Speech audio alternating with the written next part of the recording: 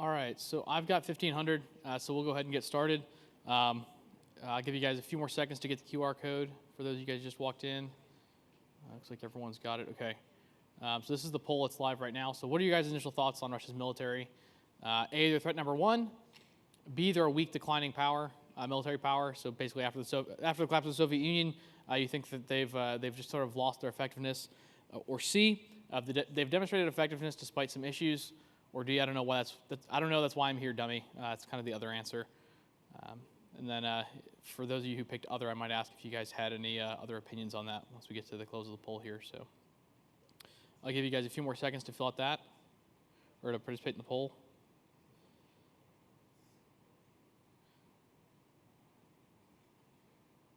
And it looks like the majority of you guys, 80% of you guys think they've demonstrated effectiveness despite issues. Yes, it's a stacked poll. I know the way that I've created that, it sort of leads you to one answer. So yes, I know that. That's sort of what I'm trying to get you guys to understand through the brief here is they have demonstrated effectiveness, although they have had issues, and some of those issues we'll highlight here in the brief. Did anyone have anything that they thought for other, or just sort of had no opinion? All right, cool. We'll start here. So we're going to talk about Russia's military. We'll talk about a broad overview of them. So the structure, how they look, how they present forces, the composition of the forces, and then we'll look at some case studies as well. And my name is Captain Mark Verbruggen. I'm the JW Department Director here. And then I also did an elective in Block 2, so I recognize some faces from there as well. So again, we'll talk about structure, capabilities, the military districts, the basics of the Russian military. And again, we'll look at the case studies. We'll start in generally broad chronological order. So we'll start with Georgia. Then we'll look at Ukraine and Crimea, Syria, Libya, and Africa in general, I should say, and then the Arctic. So this is actually just a map that I have up it's an open source tool. It's actually generated by a think tank out of Georgia, not the state, the country, that pieces together open source information and puts the Russian military forces, their units, on a map.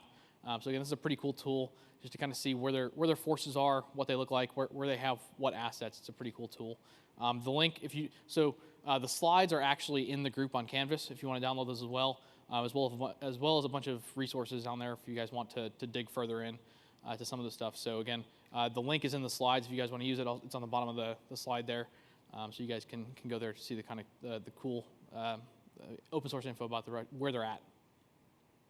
This is how they're organized. So you guys probably saw this in your lesson as well, but for the most part, sort of similar to the U.S. military in their composition and in the way that they're structured.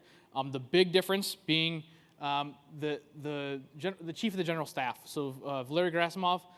He is sort of like the combined Joint Chiefs, or the Chairman Joint Chiefs of Staff, except he also is responsible for the Special Forces Special Force branch of their military. So the Special Operations Forces, the Spetsnaz, they report directly to him, and in certain instances, instead of reporting to their Minister of Defense is sort of like our director, or the DoD, so in certain instances, he reports directly to the president, being Vladimir Putin in certain instances.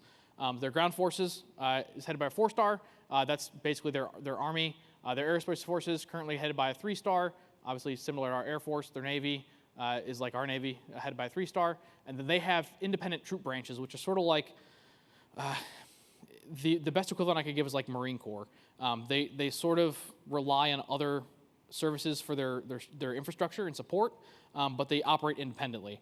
So it's not a perfect analogy, but they're sort of like the Marine Corps in that instance. So their strategic rocket forces are responsible for basically all of their nuclear assets, as well as some other rocket units, missile armies, and then training centers.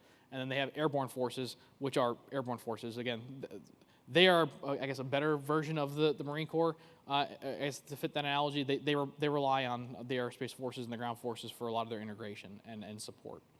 And then I mentioned the Special Operations Forces. Again, they'd report directly to Valery Gerasimov, or the Chief of the General Staff. A lot similar to our Special Forces, just a different chain of command. This is a breakout of the numbers of personnel.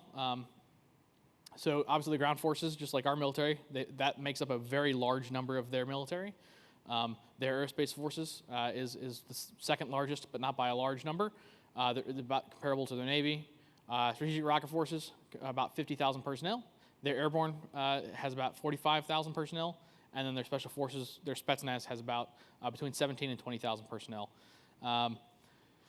So Russia's military actually has a mix of conscript personnel and contract personnel. So we don't have conscripts in our military in the U.S., but so the large majority of Russian personnel used to be conscripts. They've tried to change that. They have almost about an even number of contract personnel and conscript personnel. The big difference being that contract personnel are the only personnel that are actually allowed to engage in combat operations because of blowback they've had in the past due to conscripts being killed in battle. So contract personnel make up about 50% of the military nowadays. That wasn't always the case.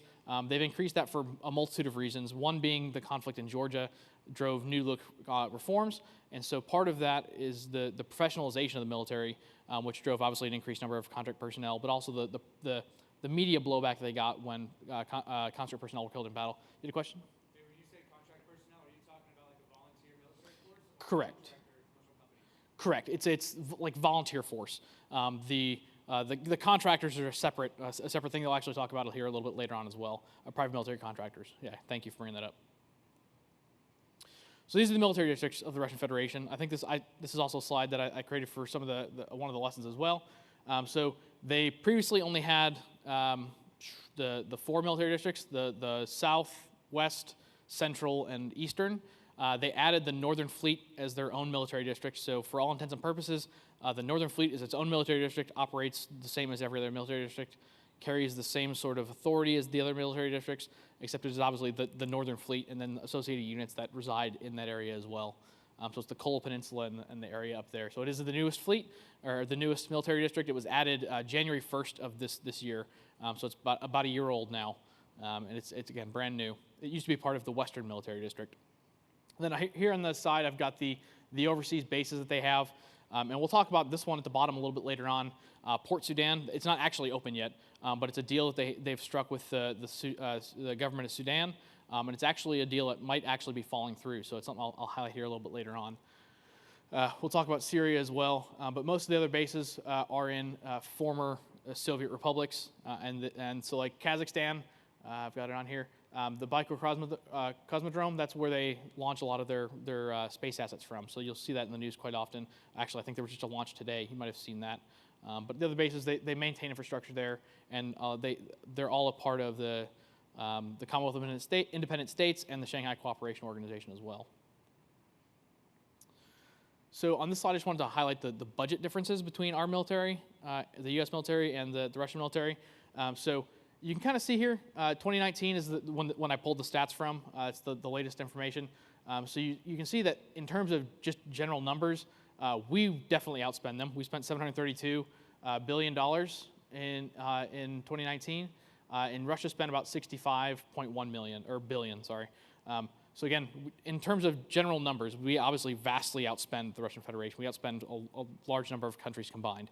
But in terms of GDP, it's actually, they spend a little bit more than we do. So comparable in terms of GDP, although we vastly outspend them in terms of numbers. They've spent a lot of their funds on modernization efforts and modern technology.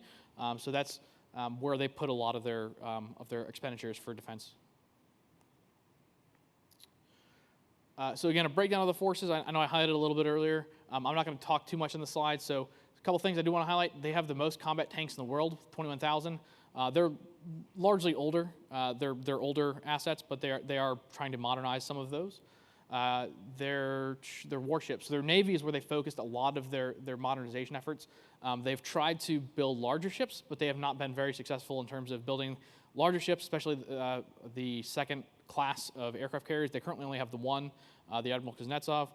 The dry dock actually caught fire, and so that delayed their plans to build the Storm class.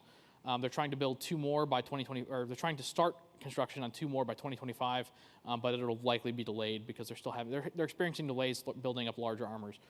But they have modernized all of their strategic submarine fleet. They've modernized most of their older, their non-nuclear submarines. And then they've also spent a lot of time and effort on smaller armor, corvettes, frigates, things like that. They've been largely successful building and fielding those as well. And then they do have the largest nuclear fleet or nuclear stockpile in the world as well, and it's all driven by treaty. So we do actually. So I guess caveat: all of this information here is sort of just open source information. This is actually information driven by the treaties. So we have a pretty good estimate of what they have in terms of these numbers over here. The rest is just open source estimates. So I talked about this in the previous elective, so I'm not going to talk too much on it. But the previous military doctrine, the current military doctrine, I should say, is from 2014. We were expecting a new one, hasn't come out yet. And actually, just an announcement earlier this year that the new military doctrine is actually going to be a joint military doctrine between the Russian Federation and Belarus. So it's going to be a joint military doctrine for the Union state. So that's something to be watching, I think, with the developments between Russia and Belarus in terms of their relationship, especially as Lukashenko becomes embattled and his fight to basically maintain a stranglehold on power within Belarus. So the big takeaway from this is they view NATO as the largest external threat, and obviously that's driven a conflict recently or driven a.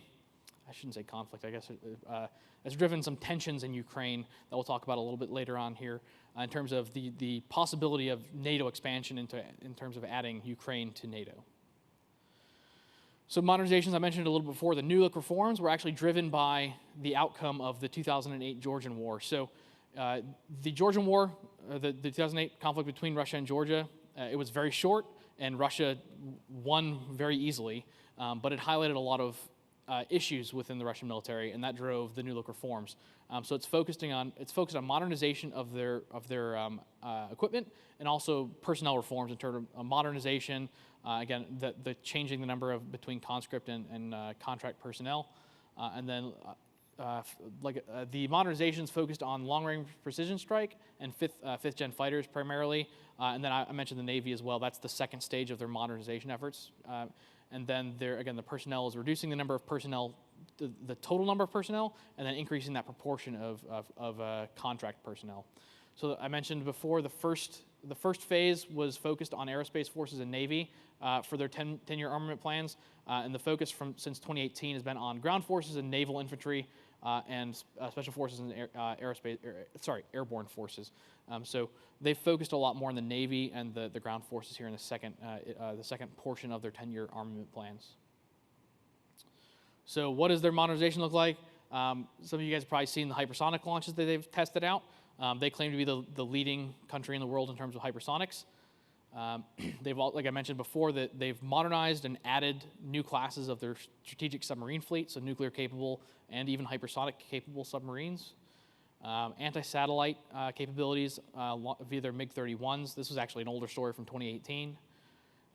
Su-57, they've deployed it to Syria a few times. They've crashed a few in Syria a couple times, actually. This is about their class of the Leica-class submarines that we think they leaked in response to us announcing our Virginia-class submarines, basically a competition thing.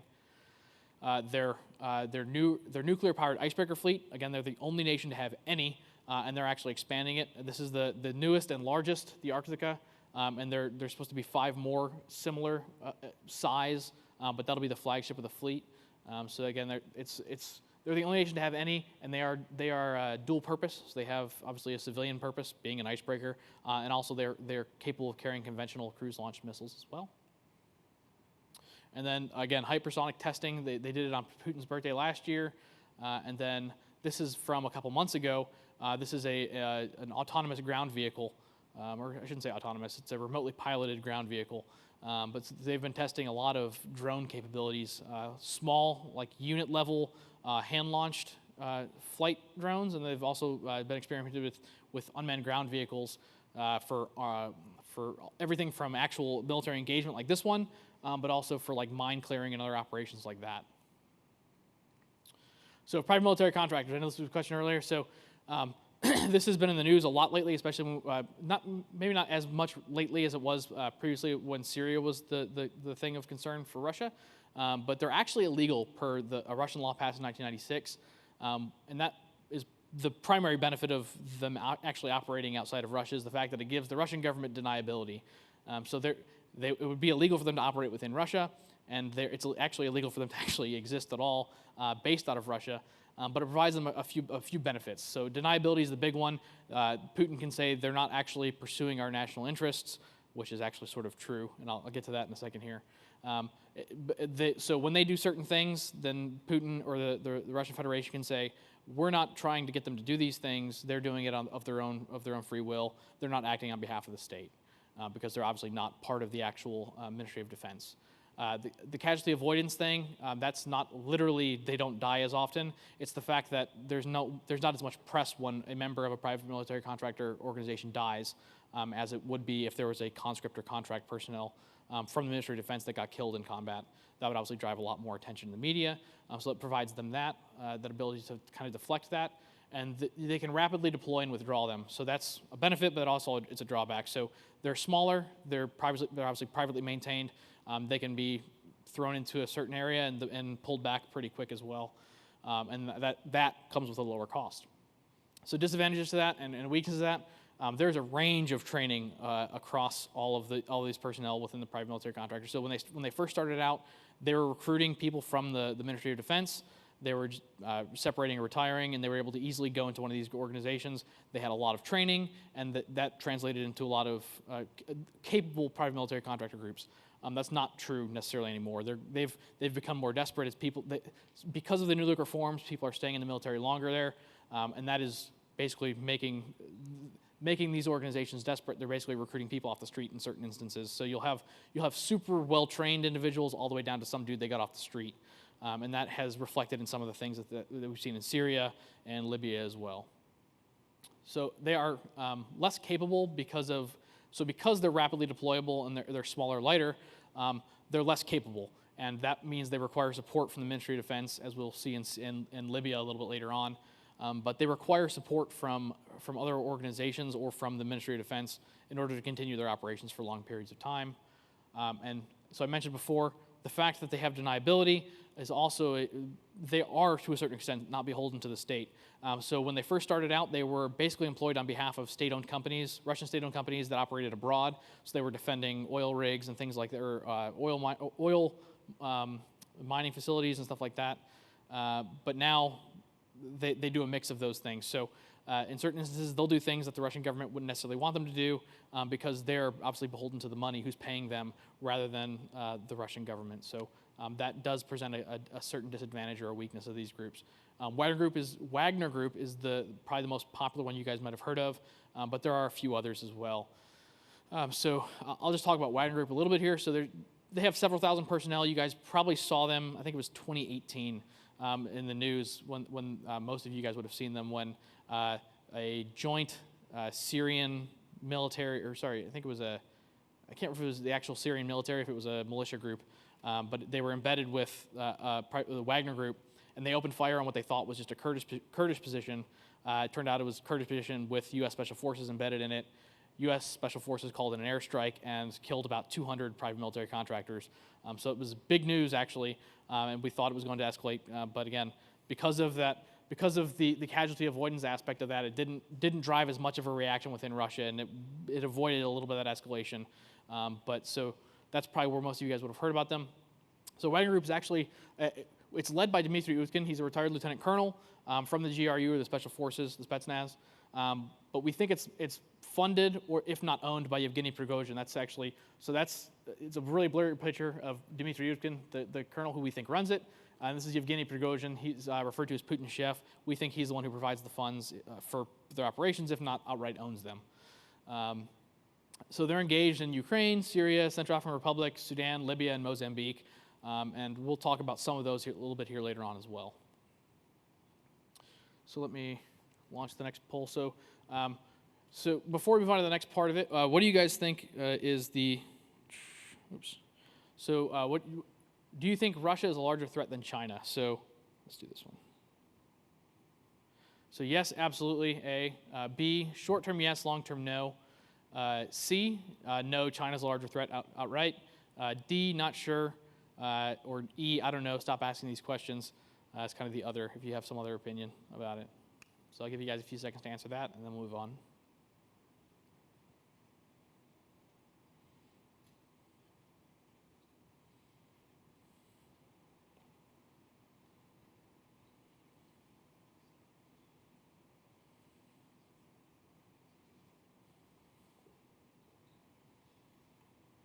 All right, so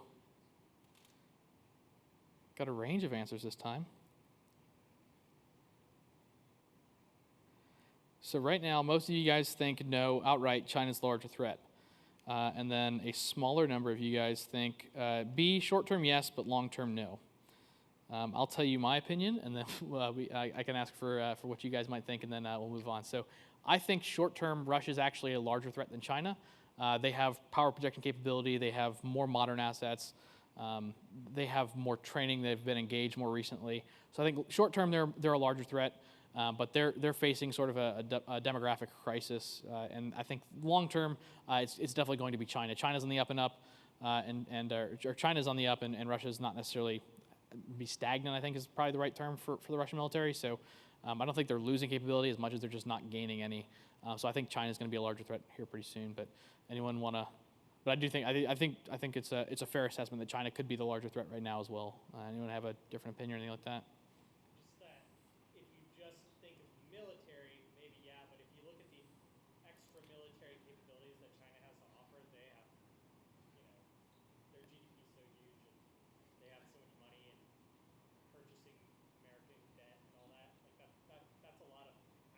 Absolutely, so that is fair. China has actually, yeah, I won't get into too much, but I think you're absolutely right. China leverages their private sector for a lot of their developments in their military as well. So I think that's definitely a fair caveat to that. If you're just looking at their military, that's sort of where I'm coming at from this opinion. But yeah, absolutely. If you factor in the private sector, I definitely think that's a different story. Fair. Cool. All right, so we'll jump into the case studies now. Any questions before we do that? And then I'll do the questions you guys submitted via Slido at the end as well, if you do submit any. So again, the first one being the 2008 Russo-Georgian War. So we'll cover that a little bit, and then why it's important. So I'm not going to read everything on there, but basically the outline is Mikhail Saakashvili got elected. He was very pro-Western, pro-EU, pro-NATO, floated the idea of joining NATO, and that scared Russia. They didn't want a NATO country right on their border. So that drove tensions between the two. You saw, I'll talk about it in the next slide here, but information prep of the battle space, or information operations, whatever term you want to use. They ran stories about Saakashvili being comparable to Hitler, Saddam Hussein, and how he was basically antagonizing Abkhazia and South Ossetia. So in July and August, they held exercises on the border, simulating a counter-assault, basically stating that they thought Georgia was going to invade South Ossetia. Actually, that's what happened. So Georgia launches an assault in South Ossetia on the 7th of August, and I'm going to bounce back and forth between the slide for just a second. Georgia launches an assault in South Ossetia. The very next day, Russia launches a counter-assault, a simultaneous air and ground counter-assault. So on the map here, this is where the initial assault takes place by the Georgians. The Russians come in from North Ossetia across the border, and on that, the 8th of August, they capture the capital of South Ossetia, and then the next day, 2 days later, Russian ground forces reach the border with Georgia proper, and they begin shelling across South Ossetia to Georgia, across that border, and then eventually they move across, and the next day they'll capture Gori. So on the same time that they've reached the border, the same day that they've reached the border here, they also launch a second front over here in Abkhazia, both naval and naval ground forces as well. By the 10th of August, they've also captured, by the 11th of August, they've captured Sanaki and the port at Poti, and they've basically sunk or captured all of the Coast Guard vessels in Georgia. So looking at the timeline there, so you can kind of see it starts on the 7th of August is when the Georgians have launched their assault. By the 11th of August, Russia has basically captured all of South Ossetia and all of Abkhazia. They've destroyed a lot of the Georgians' air forces and their naval forces, and they've accomplished basically all of their tasks. And then the 12th of August, you have Nicolas Sarkozy, who was the president of France at the time, who brokers a ceasefire. So that was 5 days. In 5 days, they basically destroyed the Georgian military. If you look at the comparison of forces, that's not anything astounding. The Russian military had a lot more forces available. But looking at the logistics of their movement, it actually is kind of to move that fast and to accomplish your tasks that quick across the mountain range and in that environment, it actually was a feat, but that highlighted a lot of issues as well. So I'll go forward here. So why is this important? So it was the first conventional conflict between European states in the 21st century. So that is obviously significant in its own right. And it prevented Georgia from joining NATO. So I mentioned Mikhail Saakashvili, he floated the idea of joining NATO. That scared the Russians. And so the Russians wanted to basically send a message to any other nation that thought they could join NATO because they don't want a NATO country right on their borders.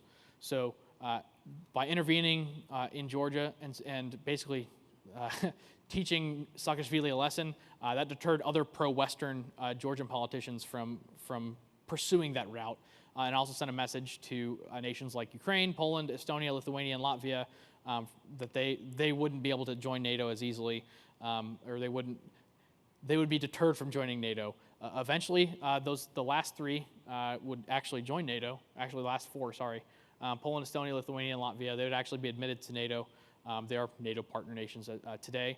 And they didn't see anything like this, but it gave them pause anyways. So it sent a deterrent message at the time. And like I mentioned before, the information warfare to prep the battle space, they ran stories, be it slightly true or completely fabricated, about Georgian soldiers torturing South Ossetian civilians, things like that. Again, comparing Saakashvili to Saddam Hussein and Adolf Hitler.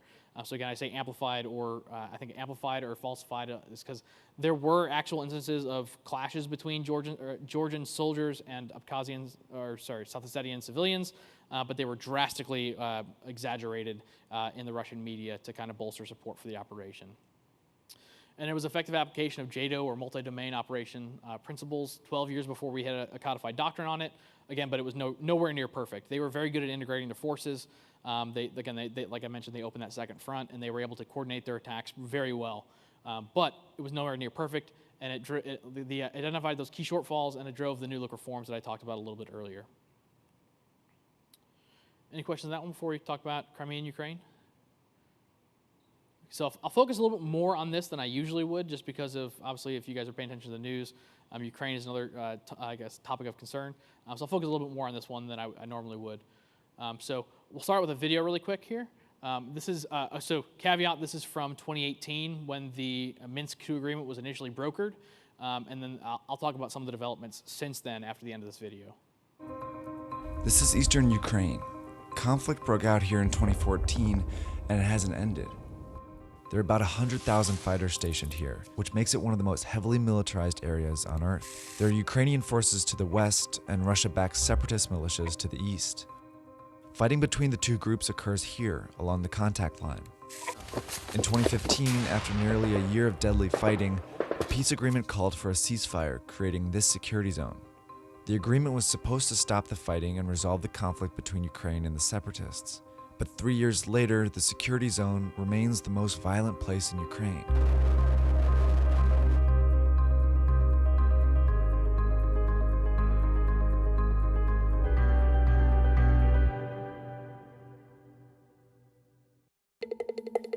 The ceasefire is violated almost every single day in East Ukraine, which reportedly puts about 100,000 civilians in constant danger. Over 10,000 people have died since the conflict in Ukraine began, and about 1.5 million have been displaced, while both sides continue to build up their forces. The conflict began at the end of 2013, when the Ukrainian government rejected an association with the European Union in order to build stronger ties with Russia. The pro-Moscow move led to massive protests in the capital, Kiev, which turned deadly by 2014. Russia took advantage of the chaos and sent its military in to annex Crimea in March. A month later, pro-Russian separatists in the Donbass seized the cities of Luhansk and Donetsk and declared them independent from Ukraine. The Ukrainian army moved to take the region back, but Russia covertly joined the separatist rebels, which led to fierce fighting for several months. In February 2015, both sides settled on a peace agreement called Minsk II. The deal laid down conditions for a ceasefire in the security zone, where heavy artillery, tanks, and mortars were banned. Foreign militaries, meaning Russia, had to leave Ukraine. It also recognized the two separatist areas, the Donetsk People's Republic and the Luhansk People's Republic, and outlined how they could be reincorporated back into Ukraine. But despite the agreement, none of that has happened.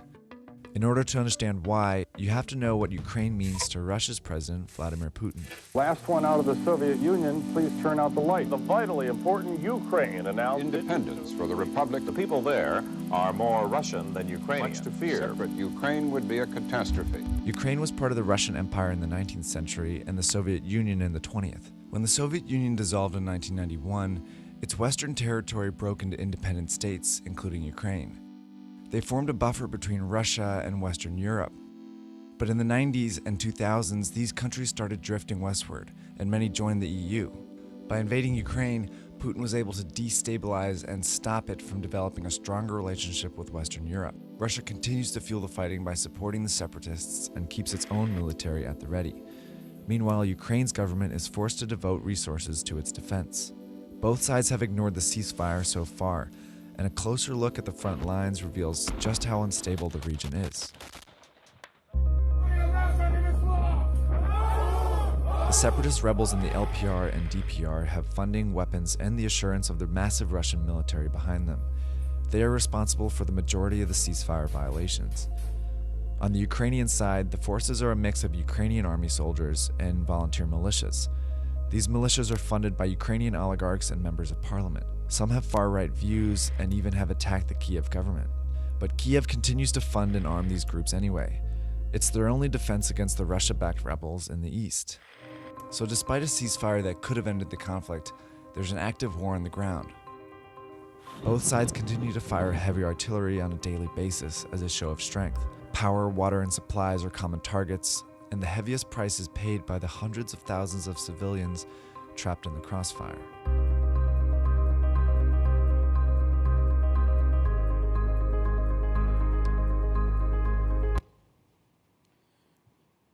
All right, so I mentioned before that was from 2018, so it has changed slightly since then. I'll cover some basics that covered in the video as well as some of the updates. So basically, what started all this was actually the overthrow of Viktor Yanukovych. He was a pro-Russian leader of Ukraine. So he stated he was overthrown in a CIA-led coup against him, and there were neo-Nazis that were participating and they overthrew him. Again, that sort of works because there were some neo-Nazi groups that were actually in the crowd, but again, their participation in the overthrow or the protests is vastly over-exaggerated. So I talked about it in my previous elective. The reason that their disinformation campaigns work or their misinformation campaigns work is because they take something that's slightly true and they exaggerate it, and that way it's believable to the people that they're trying to target.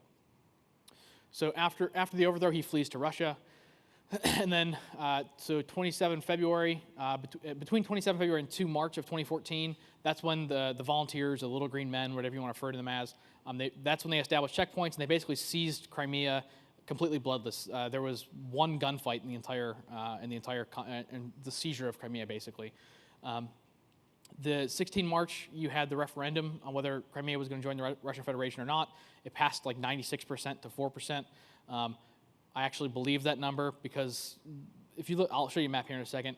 The ethnic Russians make up like something like 90 to 92% of the people that live in Crimea, and the people who would have actually voted no boycotted the referendum. So yes, the referendum probably did see 96%, but that's because the people who would have voted no didn't participate in it.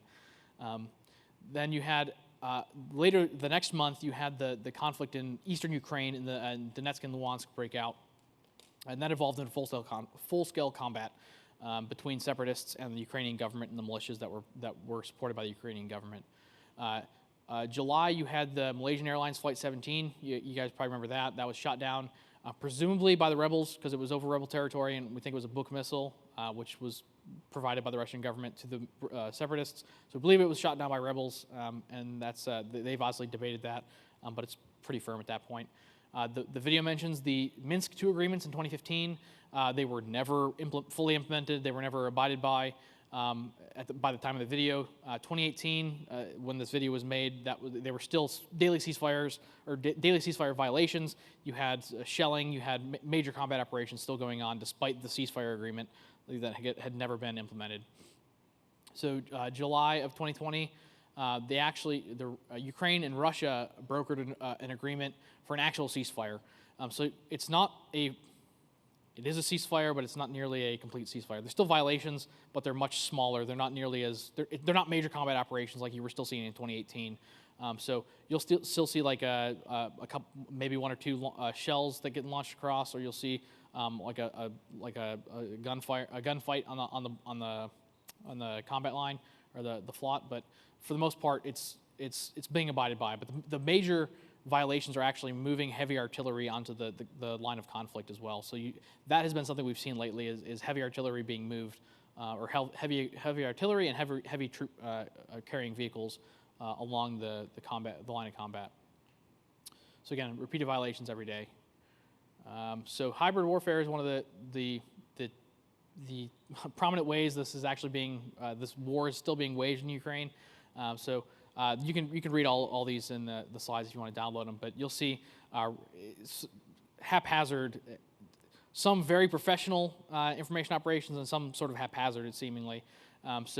All the way from, like I mentioned before, the stating that it was a CIA-led plot that was led by neo-Nazi groups within Ukraine. That was the way that they sold it to people in Crimea and to Russian citizens to get their support for the Russian seizure of Crimea and engagement in eastern Ukraine, all the way to actual hacks. And some of these hacks, I think I'll highlight here, the last two on here, they were designed because they were designed by Russian speakers. They actually ended up accidentally attacking Russian infrastructure and Russian banking as well. So they targeted Ukrainian infrastructure, but actually sort of backfired and hit some Russian targets as well because of the coding. It just kind of, the code developed a mind of its own and started attacking some Russian assets as well. So the map here, like I mentioned before, you can kind of see the darker areas where you have the most Russian speaking or people who view themselves as ethnic Russians. And no surprise, Crimea and Luhansk are the two areas. So I think Crimea has a little bit higher than Luhansk and Donetsk, but those are obviously the areas where the separatists are engaged in the heavy fighting because they have the popular support on the ground from the people who see themselves as Russian citizens. That was the impetus for going into basically South Ossetia and Abkhazia as well, is because we gave these people Russian passports. They're Russian citizens. We need to go protect the Russian citizens that are living abroad. And so that's the impetus for involving themselves here as well. These are Russian people. They have Russian passports. We need to protect them. They're Russians living abroad. So that was the impetus for, again, Crimea and for Donetsk and Luhansk. Why is it important?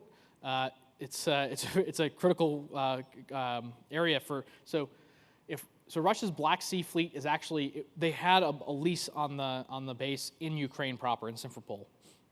So if the overthrow of Yanukovych threatened their position on the Black Sea, basically, they would have lost access to the Mediterranean.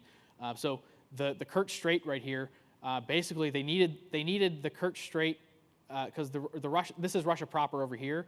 This is Crimea. If they had lost access to the Kerch Strait, they wouldn't have been able to get their fleet from in here, Russia proper, out to the Mediterranean because they probably would have lost access to their base in Simferopol. So by gaining access to Crimea, they've also gained access to basically anti-access area denial systems on Crimea proper. That provides them coverage for a lot of their fleet operations, as well as just it's a power projection into the Mediterranean as well. So it's a very strategic area that they've claimed. And I've put on here a couple of the NATO bases or NATO operations on the map as well, just to show you kind of where they're at in terms of operating ring of assets they have based in Ukraine or in Crimea proper. Sure, what you got? I'm from Azerbaijan, the east part of Armenia. Yes. There is, yes, it has a mistake. There is a second country inside my country. Yes, Nagorno-Karabakh. It doesn't exist. It should be listed. Yeah. So actually, I used to talk about Nagorno-Karabakh here as well. But yeah, it's something we could probably talk about here a little bit as well. It's All the world, even the US, recognize this area. correct, Azerbaijan, and then and that's actually part of the peace broker deal that they have right now, based on the most recent conflict. Yeah, we can talk about that a little bit later as well. But yeah, absolutely. Thank you for pointing that out. So recent developments, the reason I'm going to talk about this a little bit later, or a little bit more than I usually would, is because obviously this is in the news very recently here. So the Ukrainian Defense Ministry basically said that the Russians are building up on the border of Ukraine, ready to launch an invasion. If you were in my previous elective, I think that threat's a little bit overblown. I'll show it on a map here a little bit later why I think it's a little bit overblown. But it's similar to the the April buildup that they had, but this is a little bit further north than the previous buildup. So Russia claims that the threat of an invasion is Western disinformation or misinformation, and it's trying to destabilize the region and plunge it into war. So Secretary Blinken, he said that the U.S. does not know Russia's intentions, but Russia has, in the past, invented provocations along its border to justify military interventions. Absolutely true. I talked about Georgia. I talked about Ukraine before, and so obviously this is very similar to those instances as well. Putin has said that NATO troop presence, so obviously that drove the threat of possibly having to put NATO troops into Ukraine to defend Ukraine. And then Putin said that that would be a red line. That would drive a harsh response, basically threatening that if NATO troops are put into Ukraine, that would drive a war because Russia would have to intervene because that's a foreign troops on their border issue. So 7 December is when they had the virtual meeting, the bilateral meeting between Putin and Biden. It was a video conference, and basically it didn't honestly change a whole lot on the ground. Basically reaffirmed their commitment to try to reach an agreement diplomatically. What it did, they did agree to try to institute or enforce some of the Minsk II protocols. That drove a little bit of consternation from some observers, basically saying that we were giving up Luhansk and Donetsk to Ukraine. The Minsk II agreements basically said that they were guaranteed a certain level of sovereignty or independence within Ukraine. And so that was that is, if you see that news story, that's basically what that is. It was the commitment to institute the Minsk II agreement, basically giving those regions a little more autonomy than they currently have. And then 9 December, they had it was a call between Zelensky and Biden, and it was a very well couched phone call, I'd say. So Biden said that if Russia intervenes, then he has American support and NATO support in terms of arms sales and things like that, but he didn't commit U.S. troops or NATO troops to actually engage in the conflict. So again, it didn't change too much on the ground, but it reaffirmed a commitment to at least provide arms and things like that to the Ukrainian government if Russia does invade. So I know that's probably something you guys have seen a lot lately in the news if you guys are Russia observers like me, because I'm a giant Russia nerd. But yeah, does anyone have questions on this before we move on to the next one? Cool, and obviously I'll always stick around afterwards if you guys got anything as well. So again, is an invasion imminent? I don't think so. I think this is just another raised tensions to de-escalate, to get things that they want. Also, I think this has something to do with the issue between Belarus and Poland and Lithuania as well. If you guys are tracking that in the news, Poland and Lithuania are claiming that Belarus is flying in Middle Eastern immigrants and helping them flood across the border to destabilize the EU. They've basically put up fences along their borders, and they've moved police and troops to the border as well to enforce their border. And so I think this is sort of in response to that more than actually a buildup of getting ready to invade Ukraine. I think it's to reaffirm a commitment to Belarus and try to prevent an actual conflict from breaking out between Belarus and Poland and Lithuania. Because again, Belarus and Russia are basically it's called a union state, and they've agreed to act as one state economically, and it looks like Putin is pushing very hard to integrate a little bit further than just economic operations between the two. So the reason again why I think it's related to that, and it's not necessarily a buildup to invade Ukraine. So Donetsk and Luhansk is down here, and the actual buildup that they've noted in the media is actually way up here, almost on the border with Belarus. They've mentioned a slight buildup in the Opuk training range down here in Crimea as well. I haven't seen too much on that, but again, the massive buildup they're talking about, the one that the Ukrainian government was talking about, was way up here. So again, I think it's more related to the issue along this border here. And again, maybe it serves two purposes. I could be mistaken there, but I don't think an invasion is imminent because they would have to come through Ukraine proper to get to Donetsk and Luhansk from where they're building up at. All right, so on to Syria. So some of you guys may have actually been in Syria and actually seen some of the Russians, especially the private military contractor groups there. But what are they doing there? So they were there to stabilize their strategic partner in the Assad regime. They stated they're there to prevent U.S.-led regime change and limit U.S. involvement in Syria, which I'd say they were probably successful in doing. And then I would say for a legitimate reason, They were actually there for counterterrorism activities. If you guys know the Caucasus region, which I'm sure you know very well, the Caucasus within Russia is actually a very ethnically diverse area, a religiously diverse area, and there's a lot of internal conflict in the Caucasus as well. So there were a large number of people who went from the Caucasus to join the caliphate in Syria, and so Russia actually said that they were intervening in Syria to prevent them from returning to Russia and radicalizing people inside Russia, and then Russia would have an internal conflict they'd have to deal with. So I would say this was actually, if I'm looking at it as an objective observer, that is a legitimate interest that they had, being that close, and those people that could have actually returned radicalized and created an internal problem for them as well. So this is also a short video here. This one's a lot shorter than the previous one, but this should give you guys a pretty good understanding of some of the involvement, specifically of the Wagner Group and their operations within Syria.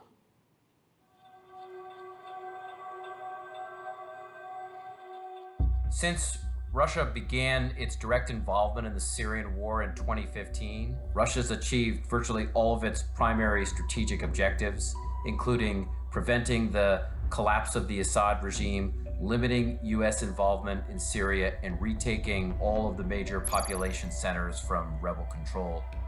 After retaking Aleppo in 2016, the Russians systematically retook cities over the next 4 years: Homs, Deir ez-Zor, the suburbs of Damascus, Daraa, leaving Idlib as the final major area. And it has done this through Russian air power, where the primary ground forces aren't Russian, they're Syrian, they're Lebanese Hezbollah, and they're a range of militia groups. Among the early indicators of increased Russian military support for the Assad regime occurred during 2015. Both governments undertook a conversion and expansion of the Al-Assad International Airport. In 3 months, we've seen the airport grow from a civilian airport with a minor Syrian Air Force presence to the primary air facility for Russian forces operating in Syria. These key pieces of equipment and assets, particularly the strike aircraft, the attack helicopters, were used as the primary means through which Russia conducted its campaign in Syria. The Russian approach to warfare, much like it had been in Chechnya, was to adopt what we call a punishment strategy. The Russians have systematically targeted key civilian infrastructure in opposition-held areas of Syria. This includes hospitals, schools, civilian infrastructure including power plants and electrical stations. We see here in this image that the bomb that struck the surgical hospital likely impacted through the roof near the skylight. It then passed through the upper floors and likely exploded on the ground floor or the basement. The reason for this is that we see that the rubble that has been blown out on the first floor in the parking lot. So Russia conducted these strikes both to weaken the opposition militarily and to weaken the popular support that they had from the populations in which they were embedded. What the Russian campaign in Syria really shows us in the United States is that the Russians are bent on expanding influence through limited means, special operations forces, private military contractors, and Syria was just the beginning. It is not the end. We've seen the Russians then use Syria and take a similar approach to expanding influence in parts of Africa, Latin America, and Asia in an effort to compete directly with the United States and decrease U.S. influence. So this is strategic competition, Russian style, at its core.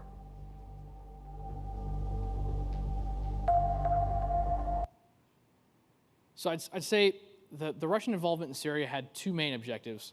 Obviously, they wanted to support their one of their main allies in the Middle East, and that is the main objective of that is gaining influence. So part of their national security strategy is basically building mutually beneficial alliances and spreading Russian influence and Russian involvement across the globe to bring about a multipolar world order. This is a foothold in the Middle East. If you think about it that way, spreading influence, and the second main objective is containing the NATO alliance. Some of the examples I bring about here, if you'll notice, they're all sort of along the northern coast of Africa, the Middle East, and then containing what the existing boundary of NATO. They're trying to prevent the boundary or the NATO from spreading any further.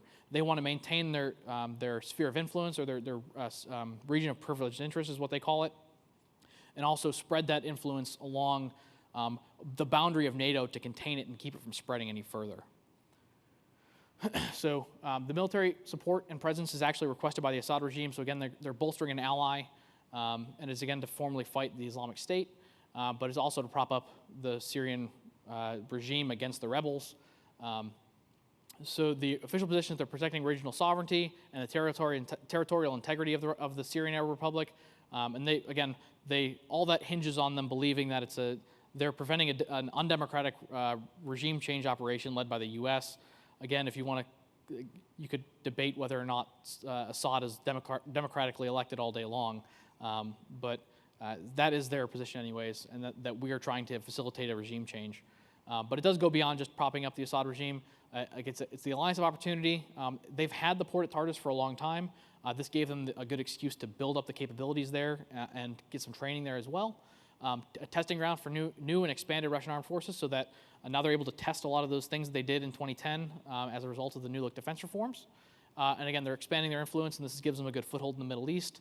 And then I did mention before, I do think they have a legitimate interest in the unrest in the Middle East possibly spreading back to Russia proper. Syria is very close to the Russian border. It's not that far. And again, people went from the Caucasus to Syria to join the caliphate. So engaging them in Syria to prevent them from returning is actually, I would say, a legitimate interest they've had. So this is just a map here. That's Tartus. That's again, the naval port they've had for a long time. It was just a logistics stop before. They've expanded the capabilities there. They've leased it out for a long time. It's not going anywhere anytime soon. They can now host their aircraft carrier there. This is Hamaim Air Base. So this is the main air base they have up near Latakia there. But they have other airfields inside Syria proper as well, where they operate. But this is mainly where they provided air support for the private military contractors on the ground out of Hamaim Air Base. So these are Russian, like actual Ministry of Defense personnel operating in support of the private military contractors on the ground to provide them air support. And again, they're not going anywhere anytime soon. They've just dumped a whole bunch of money into building up those facilities and leasing them out from the Syrian government. So again, don't expect them to abandon Syria anytime soon. It's a strategic area, and they're expanding their capabilities and their ability to operate there as well. Some of you guys might have remembered the story about when we left Kobani, and then the Russians come in, and they had their media come down first, and they had them jumping off of MiG helicopters, seizing the empty airfield. It was a big PR stunt. It was kind of hilarious to actually watch because for anyone who knew that we abandoned it, it was completely empty, but they were seizing an empty airfield. It was kind of funny to watch, but at the same time, we got a lot of egg in our face for abandoning the Kurds, and that's basically that's definitely the way they spun it, that we were no longer able to protect the Kurds from the Turks who were going to come across the border and basically hunt them down and kill them. So the Russians took the opportunity to partner with the Kurds and basically broker some sort of deal between the Turks and the Kurds to prevent them from engaging with the Turks, being that far north. And they've just recently had their long-range bombers go to Syria as well, and basically a power projection capability. That's an interesting development from power projection capability standpoint. Any questions on Syria? Cool. So we'll talk about Africa and specifically about Libya and Sudan. I'm not going to talk too much about this slide because I talked about it in my previous elective, but they're engaged in a whole bunch of operations on the African continent, ranging from economic partnerships to election meddling to actual engagement in conflicts. So they've got state-run oil companies, state-run companies that are doing a whole bunch of operations there, and then again, they have private military contractors that are engaged in. They're supporting the UN-backed government in the Central African Republic, and they're also engaged in their private military contractors are engaged in Sudan and Libya, fighting in the civil war there as well. So in terms of engagement, so again, they're spreading their influence. So this is actually from not too long ago here. Algeria, they were invited to an exercise in South Ossetia, and it's not, I just picked this story. You could pick, if you go to the Russian Ministry of Defense, if you go to their website, you could pick from any other countries. They're inviting a whole bunch of other countries now, especially from African countries, to participate in these exercises. To, again, build those partnerships, spread that influence, try to facilitate Russian influence on the African continent. And I mentioned before, they're engaged on behalf of the Central African Republic, the government that the UN supports as well.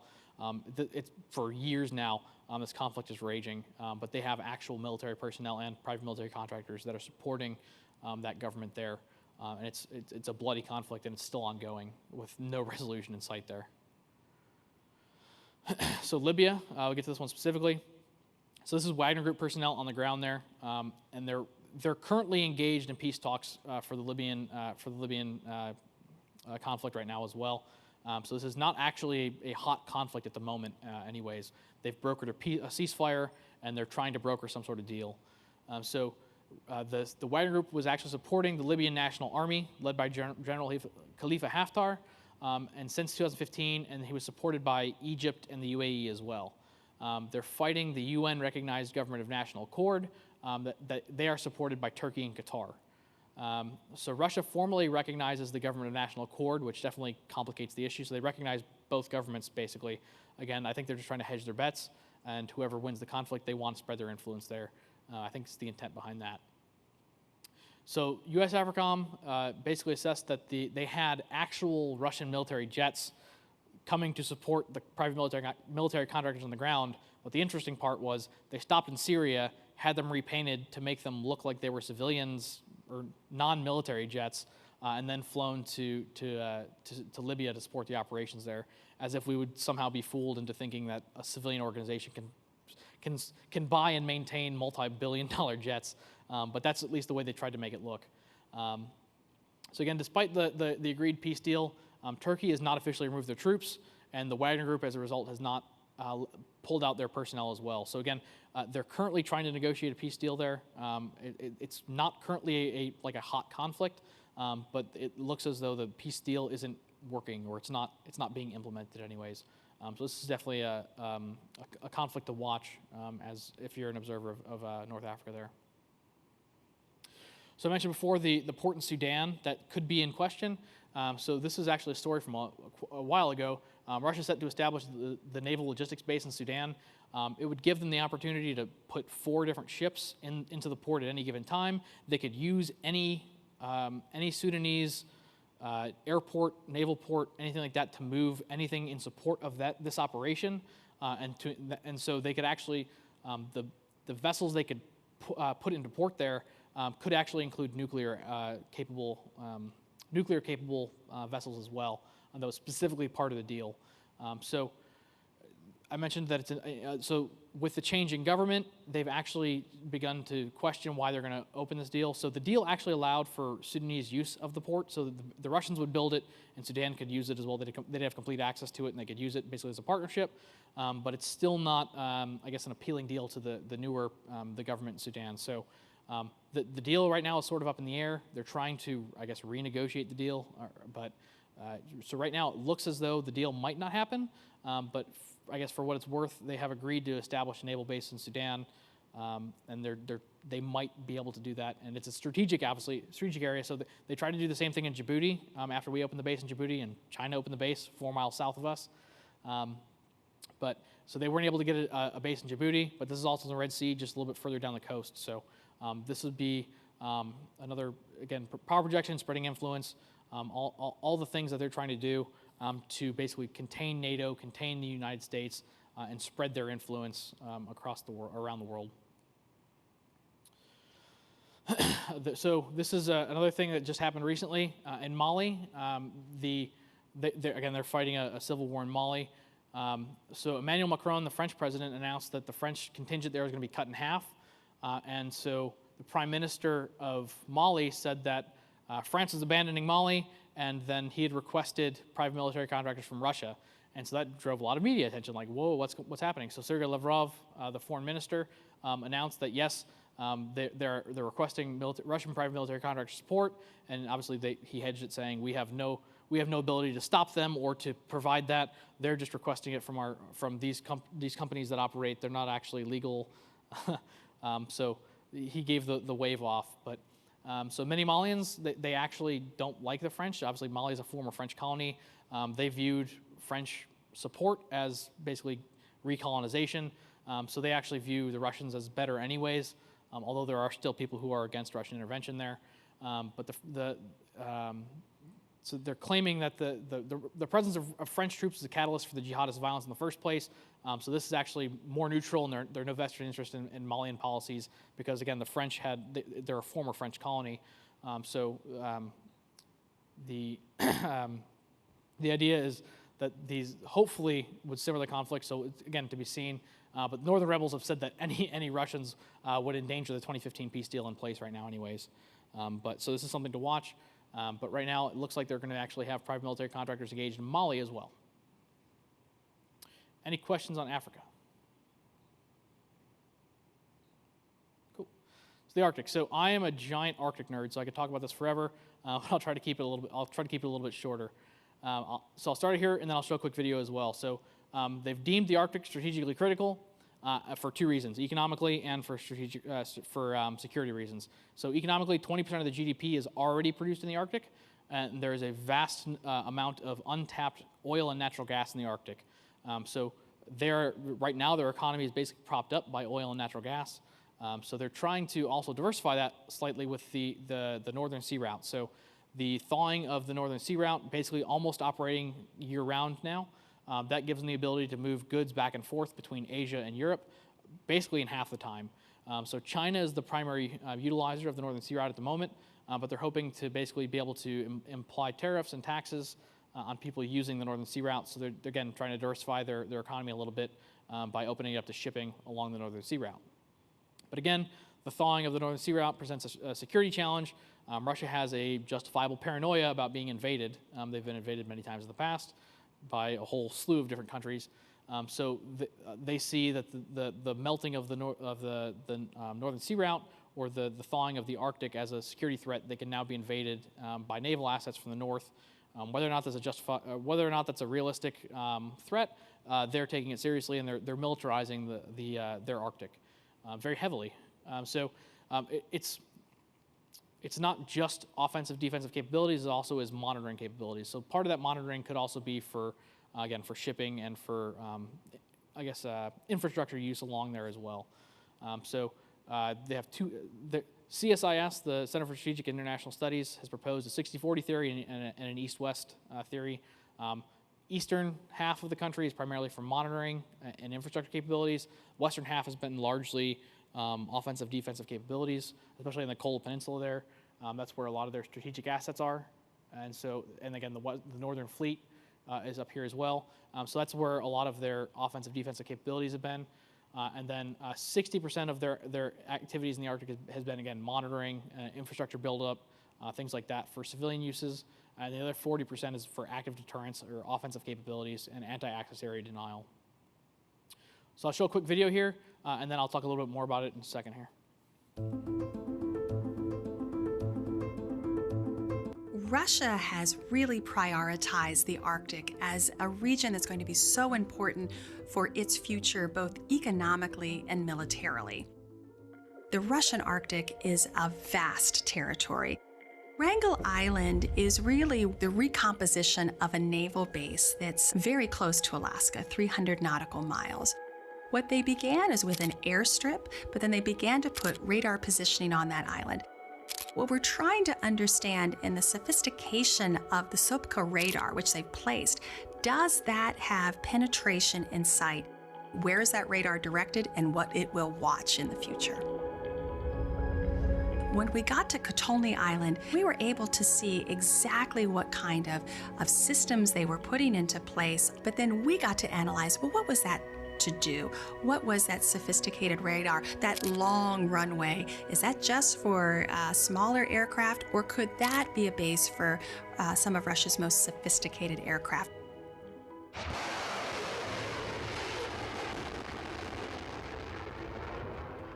The country that controls the Arctic controls the world. Are we paying attention enough to military developments in the Arctic that could impair U.S. military activities, whether that's our missile defense or whether if there would be some sort of a conflict or confrontation, would the U.S. have access and the necessary capabilities to win that conflict?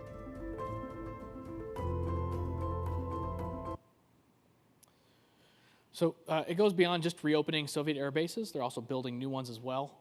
But they're fielding brand new Arctic brigades as well. They're vastly increasing their military presence in the Arctic. So again, I mentioned the revival of the Northern Fleet, or the buildup of the Northern Fleet. Again, they've invested a lot in strategic submarines and in small armor. And again, they're trying to invest in their aircraft carriers as well. The only aircraft carrier that they do have is in the Northern Fleet, the Admiral Kuznetsov. Although it does float between the different fleets as well, it does maintain a presence in other fleets. So by 2035, they'll have again, they're the only nation to have nuclear-powered icebreakers, and they have the largest icebreaker fleet in the world. By 2035, they'll likely have 13 total icebreakers, and 9 of those will be nuclear. Again, those have the dual purpose. With the conventional cruise missile capabilities as well. They deployed the S-400 missile system to all of their Northern Fleet units, again, to maintain that anti-access area denial bubble. And then they're increasing the number of exercises, the scale of the exercises, and they're inviting partners like China and other nations into the Arctic as well to participate in those exercises. So what is Russia's ambition in the Arctic? Yes, it's military, I'd say. I couldn't say if it was offensive or defensive, but it's definitely military. But they also, again, have a large vested interest economically in the Arctic as well. So I'd say it's definitely both. And they have, I think they're hoping to benefit from the opening of the Northern Sea Route to diversify their economy a little bit as well. And so this is their presence in 2018. They had 18 bases in the Arctic, or above the Arctic Circle. And all other nations combined had 14, 7 of which were in Alaska, 1 in Norway, 1 on Greenland, and the rest in Canada.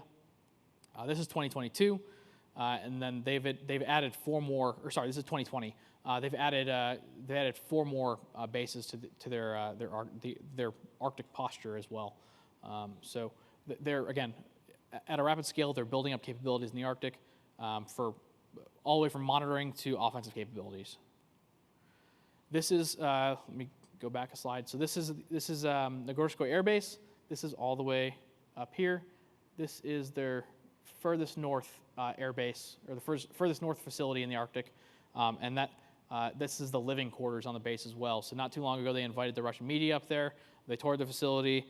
They showed off the capabilities they have. So Nagorsko Air Base now has a runway that can support every single aircraft the Russian military has almost all year long now. So it's a very capable air base now, and again, it's the furthest north, and it gives them capability to reach basically any area within that red bubble there. So it's a very strategic base and a very strategic facility, and again, it can host basically any of the aircraft they have up there, to include their strategic bombers. So it's just it's an area to watch, an area to be concerned about. I think that we've actually taken steps since I started giving these briefs. We've taken steps in the right direction. The DoD and the Air Force have, releasing our own Arctic strategy, partnering with Arctic nations, and things like that. So we're taking the right steps in the Arctic. I think it's just an area we have to watch. We can't lose sight of, because, again, if we lose access to the Arctic, we're screwed. So we definitely need to watch out for the Arctic and make sure that we're maintaining freedom of navigation, access to our facilities, and we're not allowing, I guess, too much incursion into partner nations as well. So I mentioned infrastructure buildup. So Rosneft, that's one of the Russian state-owned oil companies. They've just launched their infrastructure project, $111 million to actually build natural gas infrastructure in the Arctic. So they're banking on natural gas overtaking demand for oil in the near future. So this is going to create 400,000 jobs in the near term and 130,000 jobs in the long term. And it's banking on moving 30 million tons of oil and natural gas through the Northern Sea Route between now and 2024. And then in line with that, they've also launched a digital infrastructure project, which is even more expensive, $850 million between 2021 and 2026. It's laying 12,500 kilometers of fiber optic cable all the way from Murmansk all the way to Vladivostok in the Far East. So that is to support the infrastructure for these natural gas and oil mining facilities or oil extraction facilities along the Northern Sea Route as well to aid navigation. Oops, okay, I didn't have that slide in there. But they've also just recently launched a navigation satellite into space as well, the Arctica M, and they're going to launch a whole constellation to enhance imagery, navigation, communications, all in the Arctic. So they're, again, focusing a lot of their time and attention on building that infrastructure in the Arctic for civilian and military purposes. All right, so I will, any questions on that before we move on? Cool, all right, last poll, it is open now. So what region do you guys think we should be concerned about the most? Eastern Europe, so obviously like Ukraine or Belarus, the Middle East, Africa, the Arctic, or nothing. This is fine.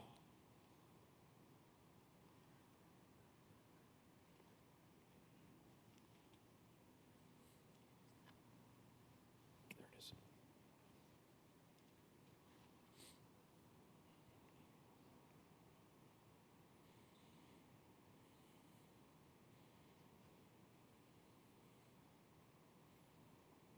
All right, I'll give it another couple minutes or a couple seconds.